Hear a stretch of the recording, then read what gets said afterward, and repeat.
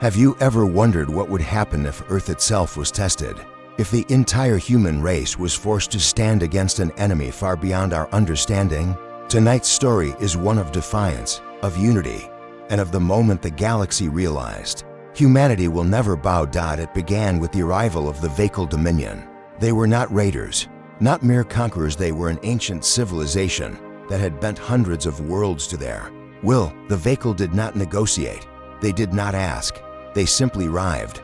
And when they did, entire species either submitted or vanished into history. When their fleets reached Earth's orbit, the sky itself burned with their presence.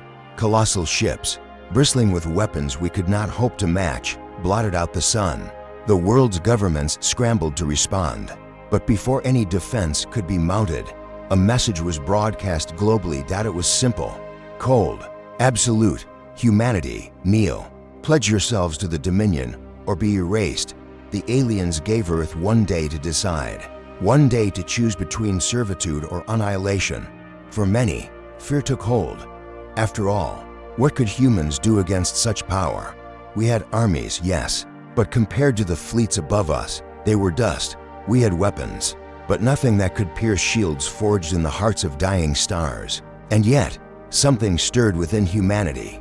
A stubbornness, a refusal. Across the globe, people gathered. In cities, in villages, in shelters and bunkers. Not to surrender, but to resist. Soldiers prepared. Engineers retooled satellites. Scientists shared what little they had. It wasn't enough, but it was everything we could give. The world spoke, with one voice for the first time in history. And that voice said, no. The next day, the Vakal demanded our answer.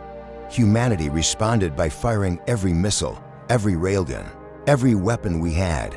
The sky lit up in defiance.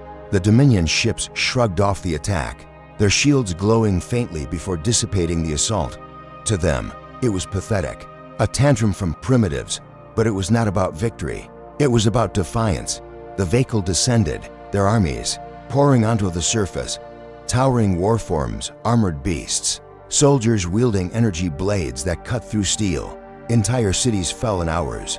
Humanity was pushed back again and again.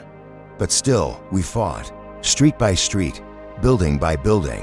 One alien commander recorded the battle. They should have fled. They should have begged.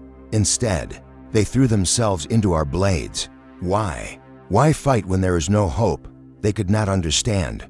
One of the fiercest stands came in New York City.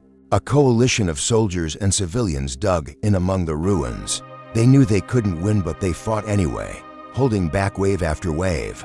An alien warlord later admitted that in his centuries of conquest, he had never seen anything like it. He had broken empires with less resistance.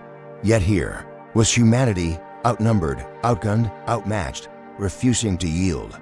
And then came the moment that changed everything.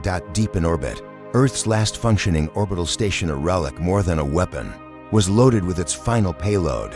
Not a super weapon, not a miracle, just a dying scientist, a woman named Dr. Renashita, who had refused evacuation.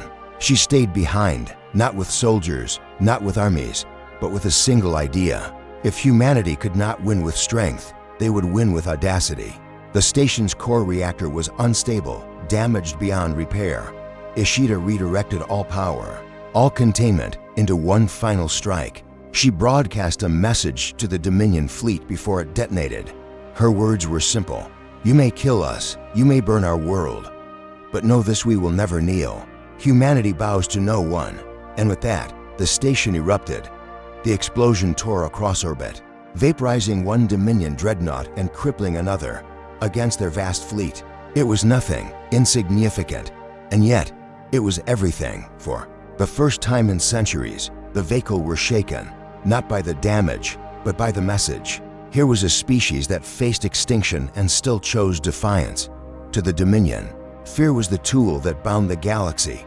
Yet humanity, instead of cowering, spat in the face of fear, and that terrified them.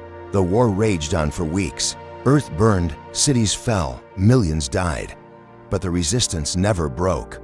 Guerrilla fighters ambushed convoys, civilians sabotaged supply lines. Entire towns sacrificed themselves to slow the enemy's march. And everywhere, the rallying cry echoed, "We do not bow." Other civilizations, long oppressed under dominion rule, watched from the shadows. For centuries, they had lived in chains, believing resistance was impossible. But when they saw humanity stand, when they heard the defiance in our voices, something awoke within them too. One by one, sparks ignited across the galaxy. Rebellions, uprisings, resistance cells that had long lain dormant now rose. And at the heart of it all was Earth, the world that dared to say no. The Dominion, for all its power, suddenly found itself facing not one enemy, but hundreds. And though humanity bled, though we suffered, we had done something no fleet, no weapon, no empire had ever managed. We broke the illusion of dominion invincibility.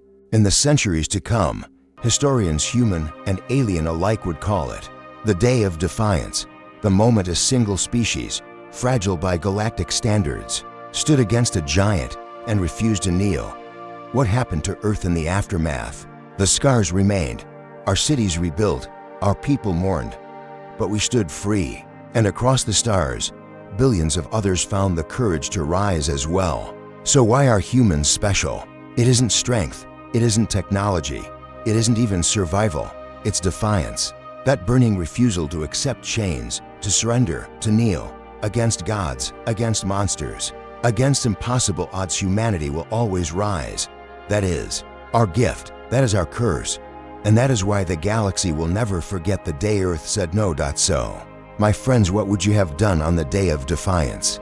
Would you stand and fight, even knowing the odds, or would you choose survival at any cost? Share your thoughts in the comments. I want to hear how you see humanity's spirit. If this story gave you chills, hit that like button, share it with fellow sci-fi fans, and don't forget to subscribe for more tales where humans prove exactly why we are the species no one should underestimate. Until next time, remember, we do not bow.